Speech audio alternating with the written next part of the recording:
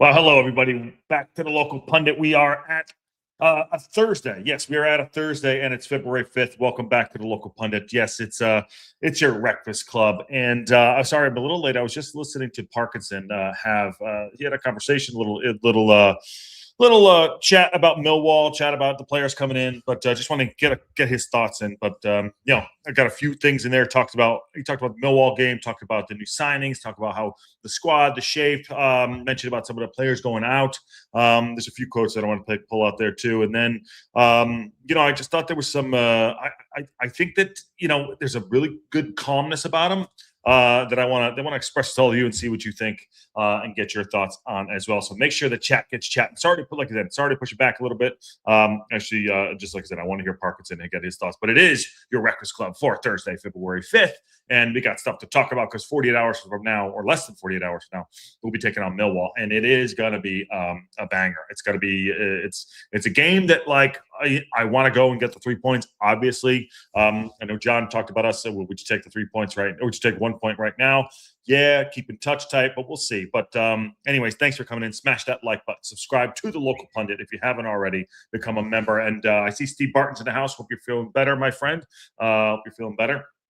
But I also listened to the Zach Viner interview on another podcast. I think it's called the Wrexham podcast. But it was very good. Listen, he just talked about him coming in, about how he got a call from his agent Thursday night last Thursday at 11 o'clock to get down, go do your medicals right there. And he's happy to be there. He knows Matty James, who he calls JMO. Really good. I think he's going to fit in nicely. But it was interesting how Tozer and Tozer talked to him, and who was the other guy? I'm forgetting his name. The other guy basically just saying, now you're just part of the guys. Here's your shirt. Here's your jersey. Go. Although I don't know what Zach Viner's number is. I know DKD took 7, and then Steve got number 11. So there we go. And Parkinson had some thoughts on him too. But anyways, heading into the game. Ben Foster. Thank you, Ben. Thank you, Steve. Ben Foster. Yeah, my brain is fried. I don't know what's going on with me. Marie from SoCal. What's up, Marie? And Esteban's in the house. We're here. Ricky's here. Darv is here. Leicester got their 6-point deduction today. I didn't see that, but I will address it. I'll find it. And Bono's here. And again, we're just running through everything. Mertlin's here. Let's go. He says yes. So anyways, Parkinson was talking to the press. Thought that was really good about, basically keeping a vow. Why not us? Parkinson lays down the gauntlet. We're going for promotion. We're in good stead. And again, coming away after a couple days after the transfer window closed, I feel really, really confident about this team. I like the depth. I like the squad depth, and I love what we did. I don't know if anyone saw this. We got these are always just not real, but we got A grade rating for what we did in the transfer window in January, which is a very tough market. It always is. I don't think we overspent. I think we spent good money on good quality players. And the players that have come in, I think, will make a difference. Parkinson said that he just was talking about Scuba Steve. He was basically saying, they asked him, hey, do you think he'll make an impact on the team this season? And he said, well, he's already played at the level. He played for Lincoln last year, played really well. Sorry about that. He played really well. And, I would see Steve getting an opportunity this time. I'm not saying he's going to start, but he will push for places. I think DKD is going to play a big start. And Viner, who will not be playing against Millwall because he has a toe issue, I think he's going to come in and play a significant role. Who's going to sit? I don't know. I have my opinion. You have yours, but I think Parkinson, even though I think Parkinson he's not coming in to sit down on the bench. That's just my opinion, but he will be out for this game against Millwall, definitely, the toe issue, and then possibly he's mentioned the FA Cup match next week. Maybe he plays in that one, maybe he doesn't. This is Viner that is, but I expect these guys to come in and play a significant part. MK6, what's up, dude? How are you? Chicky Brewer's in the house. Big game. Millwall won't hand it over. Won't hand it over W easy. No. And Parkinson just said how physical a game it is. Now, I'm talking about that. I think our lineup might be the same as you had at Sheffield Wednesday, something similar to that. Maybe Dan Scarr comes in the back line there because he's a little bit more physical than Max, and Heim goes out to the right. We shall see how it's going to go down. But it's going to be good to be back at the Stoke Terrace for sure. Here we go. Nathan said, hey, Josh, hey, Josh, Nasty Nate here. I'm back. Just so you know, I love watching your show. I'm subscribed and double-checked everything. The first show reminder that I've had in like 5 months. Okay, Nathan Scott Walter. Well done. Nasty Nate, we're going to go back. Where have you been? 5 months. Hope you're doing well, and welcome back to the channel. Happy to have you in. Okay, so Parkinson talking about the changes, about us to keep his playoff bid alive, and the changes that will be going on, I think, is very important. So here's some of the quotes I want to get. This comes from the leader, Richard. Parkinson has pledged to continue to rotate his rotation policy as Wrexham aim to cement their playoff place in the championship. Now, I think we've cemented our place in the championship, that people are on notice. Now, Viner even backed it up in his conversation with Ben Foster and Ben Tozer about you have to take notice of this team. And he said when the call came in, he's like, gotta go. So having players come in like that and saying, hey, happy to be here, awesome. I think it's great. But obviously the squad has quality. And obviously Parkinson, I think, is doing a really good job this season as freshening up the legs as well. Not massive rotation, but one or two here or there. There has been times when he's made 5 changes.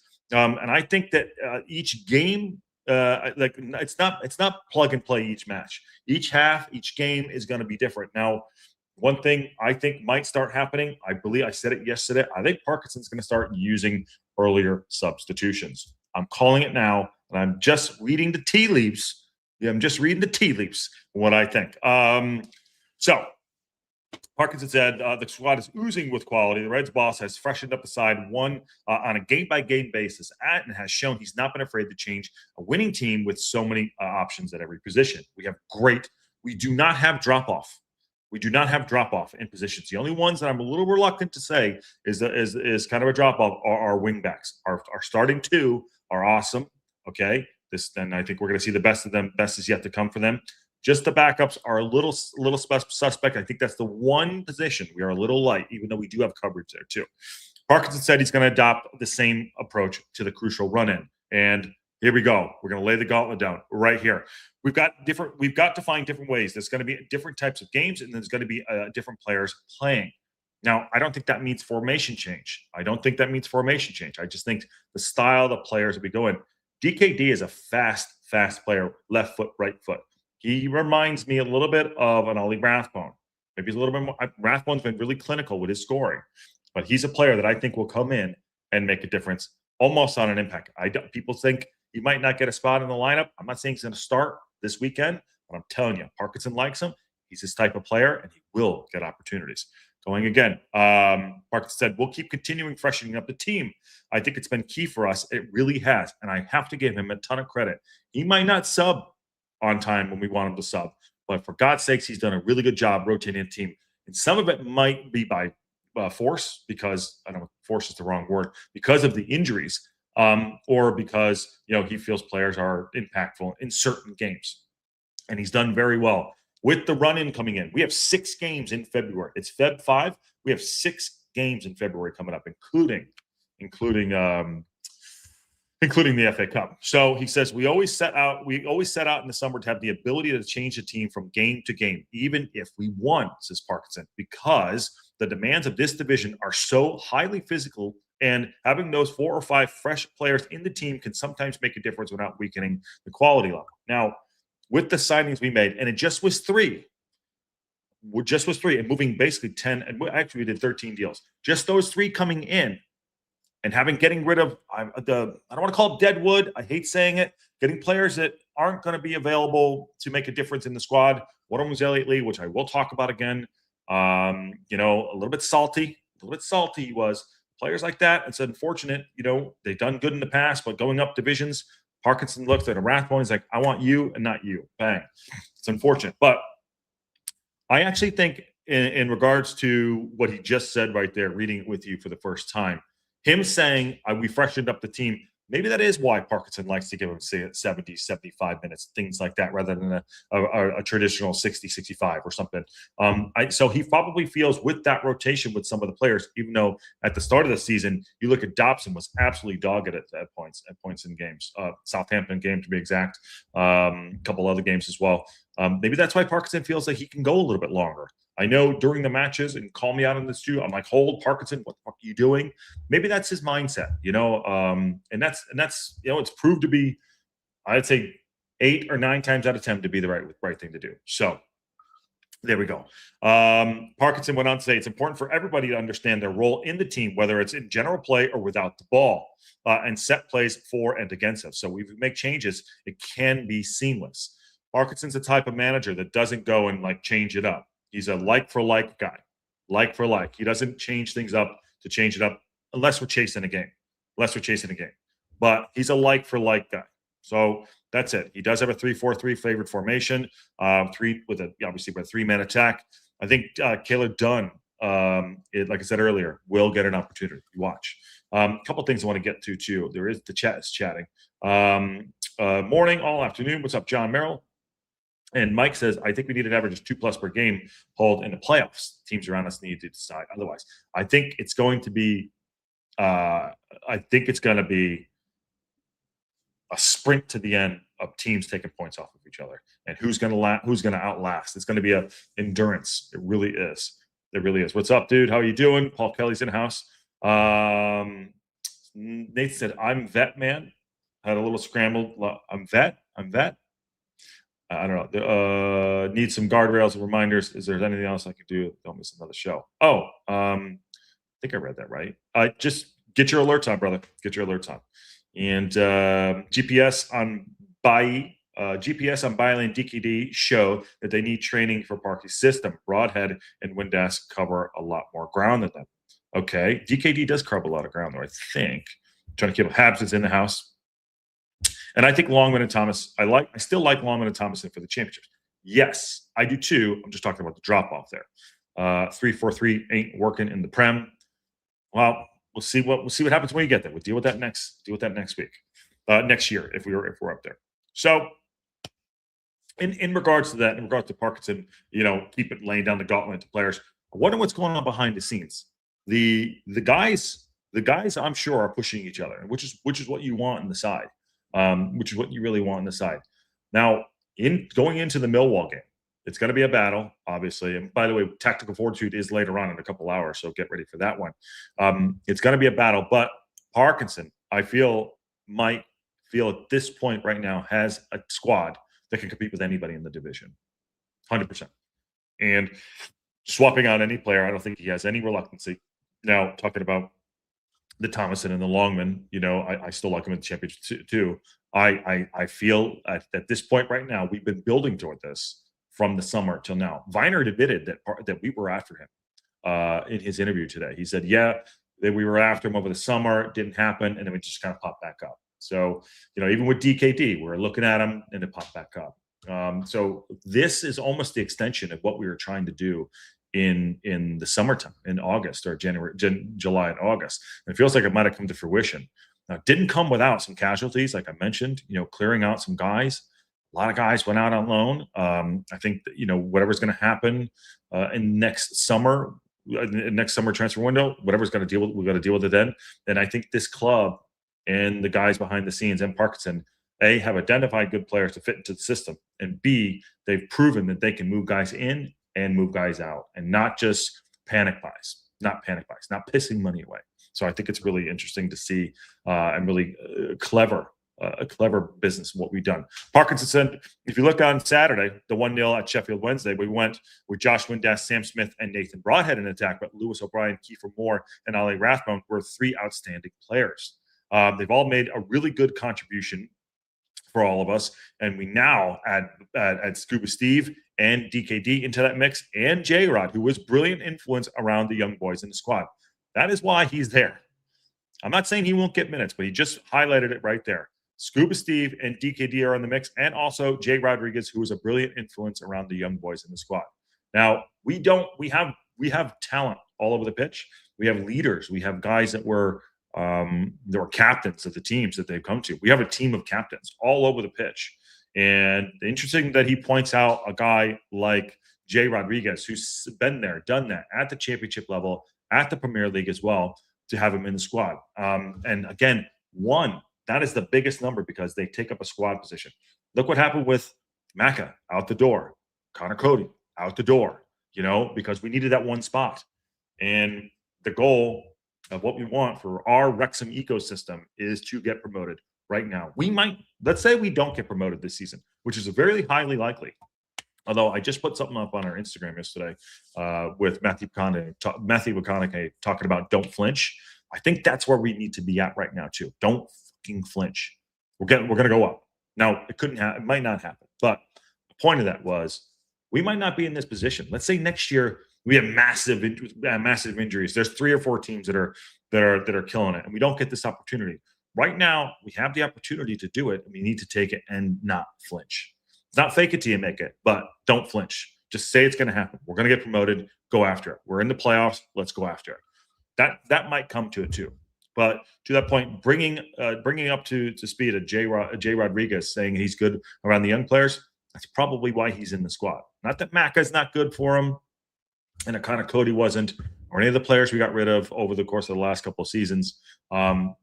Maybe there is a value to a team having good cohesion. And I'm going to say this right now before I get to the last quote from Parkinson. The Elliot Lee thing is starting to stand out to me.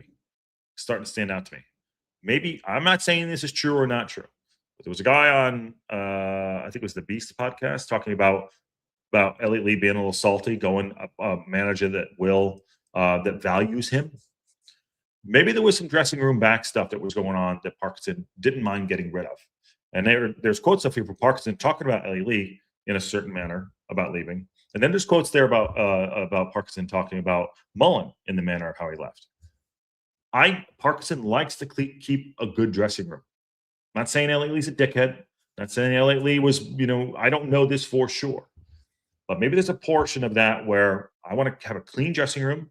Guys that want to go play, you can go play. But how they left the club seems a little bit interesting there. So take that for a grain of salt. Listen, we're armchair. It's a news day, on the local pundit here. We're just getting through it. So maybe there's something to it.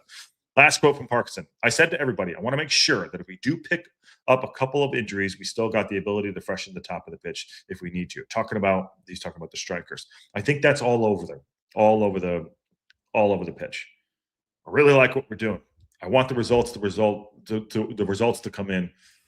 And you get a little anxious right now because going into a Millwall match, it is a proper 6-pointer. A proper 6-pointer. And we've won some games on the bounce, we dropped some points here and there. But I get a little nervous going into these games. It feels like we haven't had a game in a while. I think so much happened between our last match against Sheffield Wednesday. But it's I'm a little bit nervous how we're going to go into this game. I'm very confident, but I'm also a little bit nervous. And I want to just get to the quotes real quick on Paul Mullen and Elliot Lee before I move on. Again, I'm not throwing up. I'm just reading this as I see it here too. 5 months trying to figure out why, so it's hard to happen again. Talking about its notifications. Okay. There you go. Make sure all notifications are on. These are Parky's dog without a bone signings. There you go. Says this. Steve Barton has the cats out there too. Steve Barton's talking about cats. Nathan Scott says, seems like the team is starting to flow. Hopefully they can peak at the last 10 games of the season. Well, we need to peak right now, my friend. And then we're talking about the Seahawks. And yes, on Sunday it is the Super Bowl. It's the Super Bowl. So that should be fun for everybody. And okay. Sea Lord says, hey, all Pacific Northwest's biggest Wrexham fan supporting and coming in. What's up, Sea Lord? All right, here's the quotes from Parkinson about Paul Mullen and Elliot Lee. I think this applies to what I was just talking about. Possibly, obviously, players aren't going to get on there, and maybe this applies to the Elliot Lee thing. So let's see. Talk about Moles. I had a chat with Moles, and I think it's a fantastic opportunity for him to move to Bradford City. His opportunities were going to be limited. The front players have all been doing well. He's too good of a player not to be contributing somewhere from until now until the end of the season. This is about Paul Mullen. We had a few calls about Moles, but Bradford thing really excited him, so that was a good fit. Now, those are words of a man who's definitely supporting. Okay, good.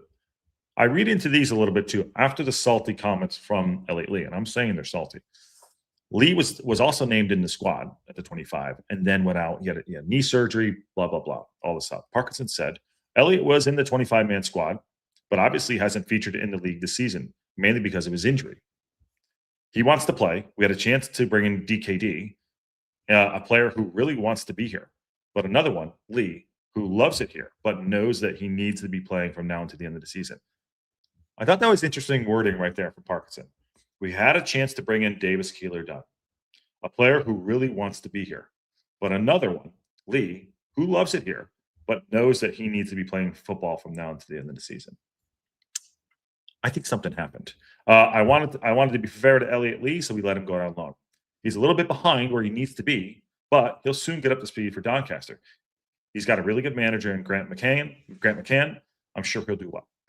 I think something went wrong. I think there was, I'm not saying there was an argument, but there was a difference in how he worded the Elliott Lee leaving, and there was a difference how Mulls left. DKD, a player who really wants to be here. So leave it at that. Here we go. Mike, this is not as the world terms, but it's an interesting quote right there. Mikey says, Lee said several times he wanted to stay in Wrexham. He probably did. It's kind of like leaving your ex and having them go and flourish. You know, like, oh shit. It's gotta be gutting. It really does. Left off the squad and loaned, obviously chafed him. Hoped to finish his career in Wrexham. Well, he's only loaned out, and so making the salty comments he did the other day, you're still gonna come back at some point. If Wrexham, Sealord says, if Wrexham and Seattle both win this weekend, I might combust into sports-related ecstasy. Sealord, take care of yourself, my friend. Take care of yourself. And players wanted to play. Manager said no. You're crap. Player threw the toys out. Oh, man. Tell us how you really feel, my friend. I love it. I love John Merrill. No bullshit right there. He just broke me. Is Lee championship quality? He's played it before. How much did this surgery set him back? Well, he hasn't been playing. He hasn't been on the pitch, and his knee injury did set him back. He seems to be. I mean, he played yesterday for the first time in a competitive match. So, you know, I think this goes by to Parkinson laying down the gauntlet. You know, and this is his squad. His team's going to be run the way he's going to run it, and he values. I got to give all respect to Lee that wants to play football. And again, I know we're shifting and going back, but maybe Parkinson wanted a clean dressing room. I mean, I would. No distractions. Maybe he was a distraction. Doncaster fans were absolutely swooning of how Lee played for them. Well, they dragged him off with 60 minutes the other night. By the way, if you're coming in, smash that like button. About 100 of you in here. Smash the like button. Subscribe if you haven't. Bottom right-hand corner, get your bells on as well, too. Become a member if you haven't already. And we appreciate all the support. Anyways, listen, a new show. Just pulling some things out that I thought were very interesting. Because there's a lot to cover. I mean, there really is a lot to cover, especially with this team, especially all the moves we made over the last time. And, the focus is we're going to push for promotion. That's it. I mean, we are in the playoffs, but it could slip up right away. But the focus is everyone has to be rowing in the same direction to push for this promotion. That's how I feel. Jesus. Doncaster used to watch the 65-year-old Billy Sharp for them. Anyone would look good. Well, Billy Sharp apparently came on from over the weekend. All right, moving on. There's another thing here that kind of, well, I'm going to get to I'll do this first. Okay. Oh, I'm just going to put this up because it annoys the shit out of me. Because I want everyone to know before I put it up. Also, too, can I just point out, why do they have that photo of Phil? Like, in the middle, I get it. It's an action photo. Like, there's a couple things that I think it could be doing, but I would, the photo of him in the press conference room, that's the one they've had up all year. They need a little bit better one. That's my opinion. Okay. Where the hell is it? Oh, it's over here. Here we go. I'll just put it up from right here. I'm just going to point this out there. March 7th. God damn it. Watford Fixture selected for TV coverage. Wrexham Championship Watford trip to Watford on Saturday, March 7th has been selected for TV coverage. It will kick off at 12:30 GMT. That's 4:30 a.m. Why? Can they just do it a little later? Do the 5 o'clock one. I don't know.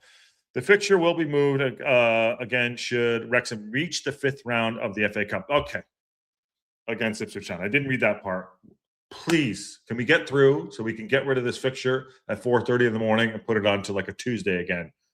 That said, the Watford game was selected for TV coverage. As of right now, it will be played on March 7th at 12:30, which is 7:30 in the morning.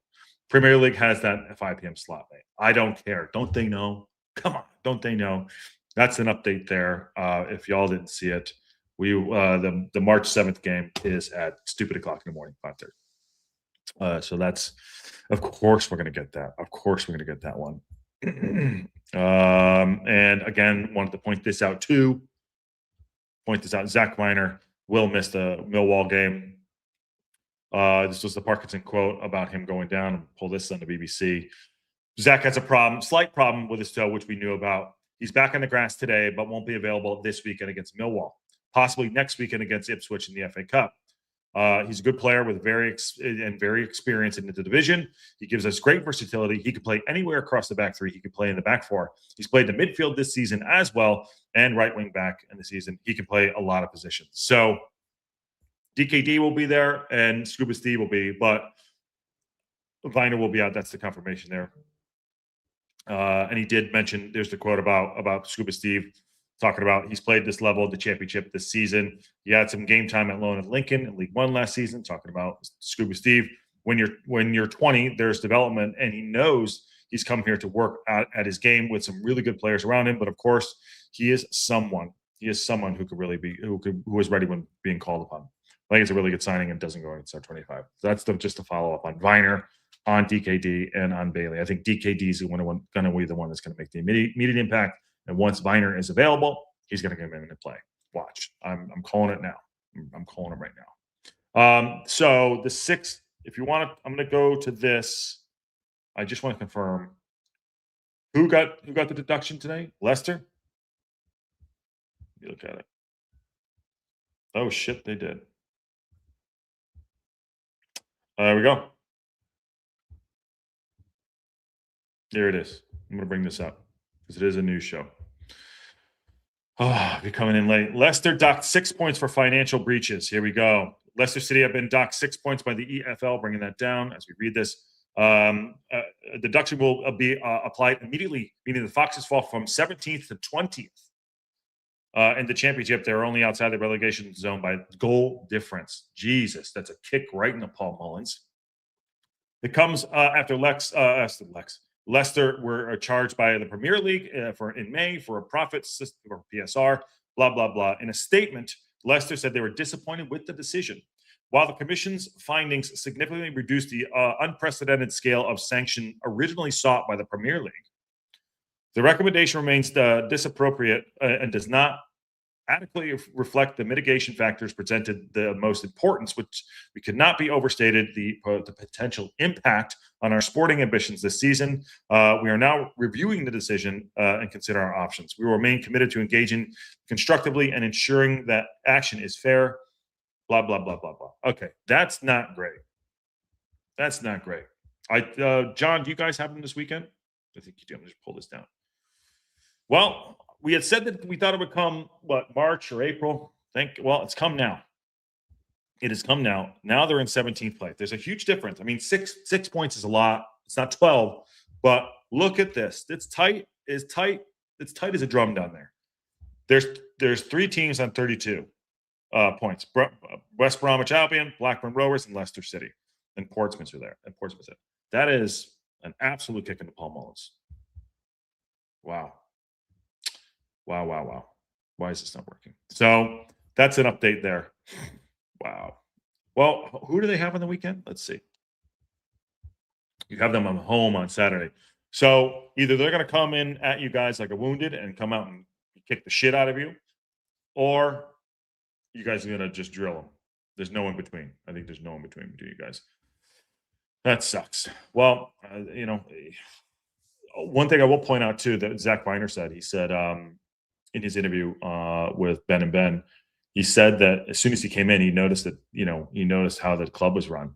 This has nothing to do with Leicester City, but he said he noticed how the club was run, and they were talking about going back to back promotion. And he's like, "Oh, Viner said, doesn't matter when you do it. It can happen right now, but you can see when a club is run good, go. You can do this. So immediately he saw the impact of how the club was run. That's why I believe we are ready and primed to go up now. Anyone who wants to stay behind and just settle, that's on them. But Viner coming in, it's like, oh, this club runs great.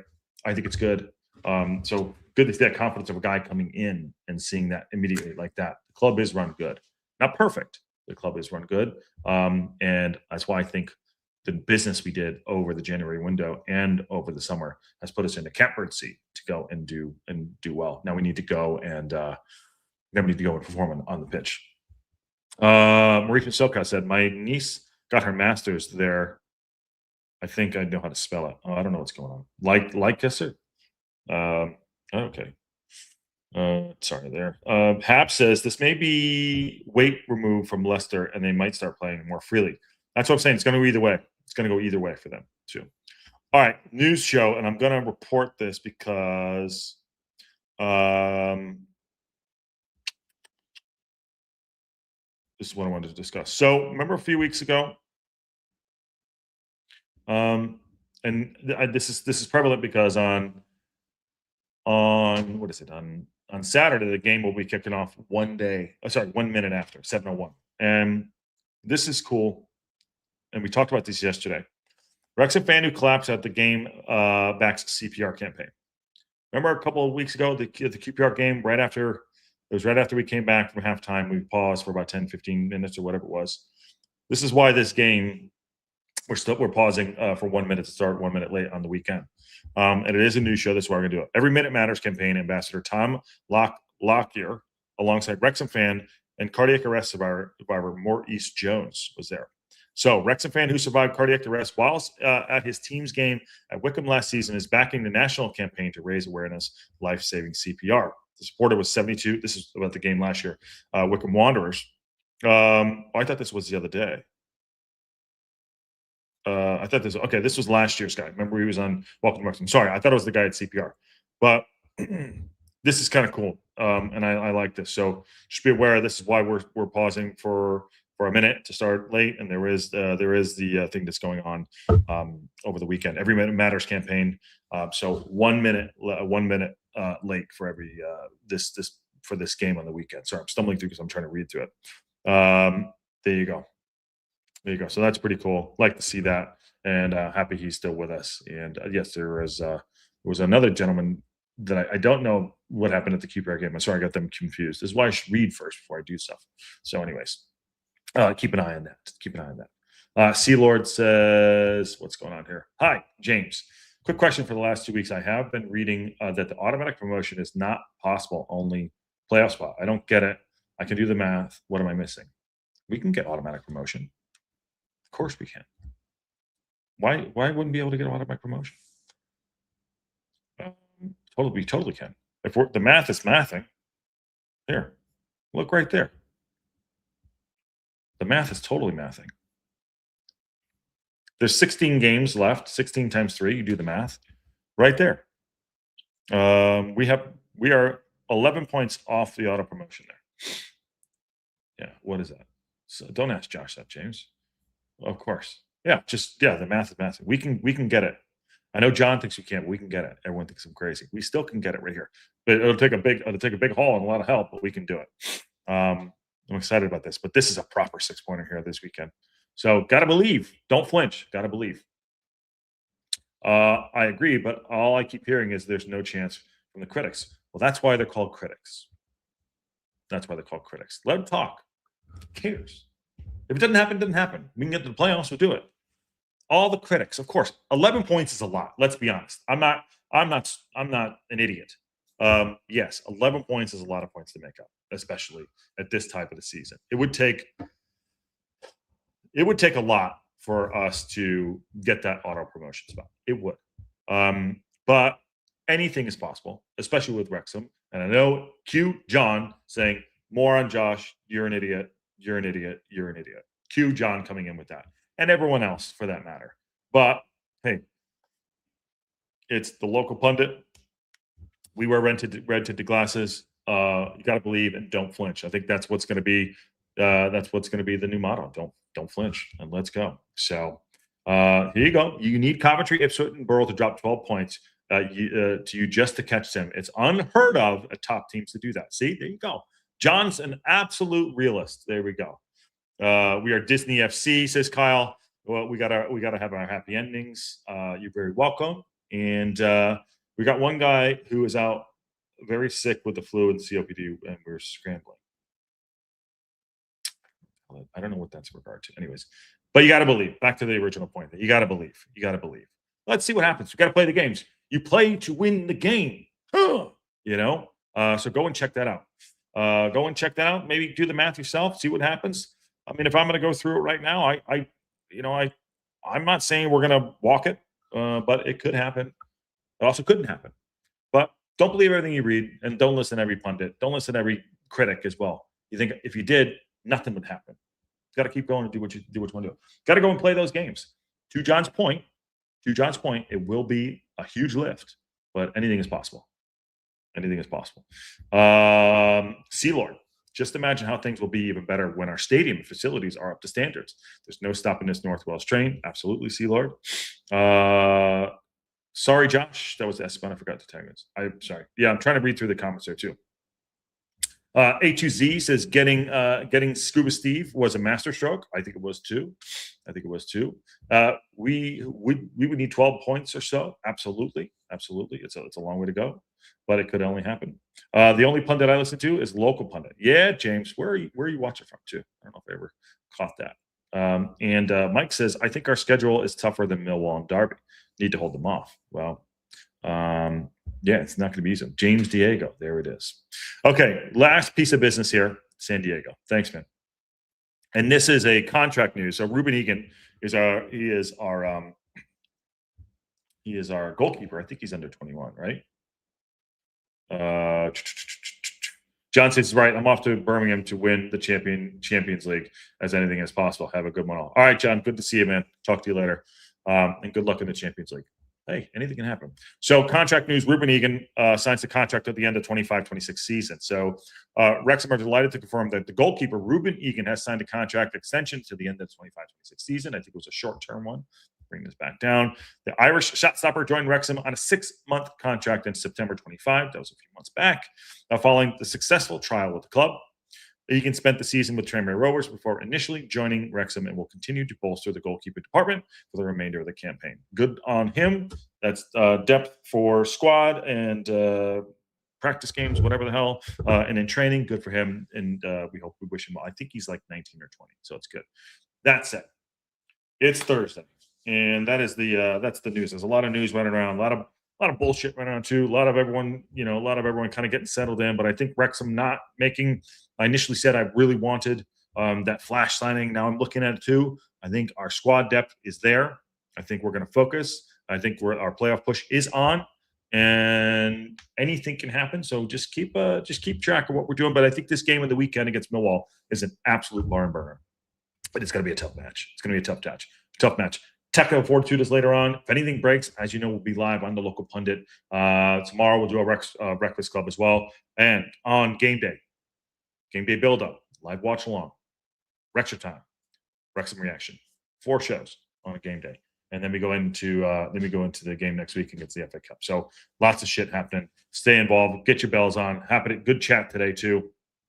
Everyone get back to work. And on that bombshell, we'll see you all soon.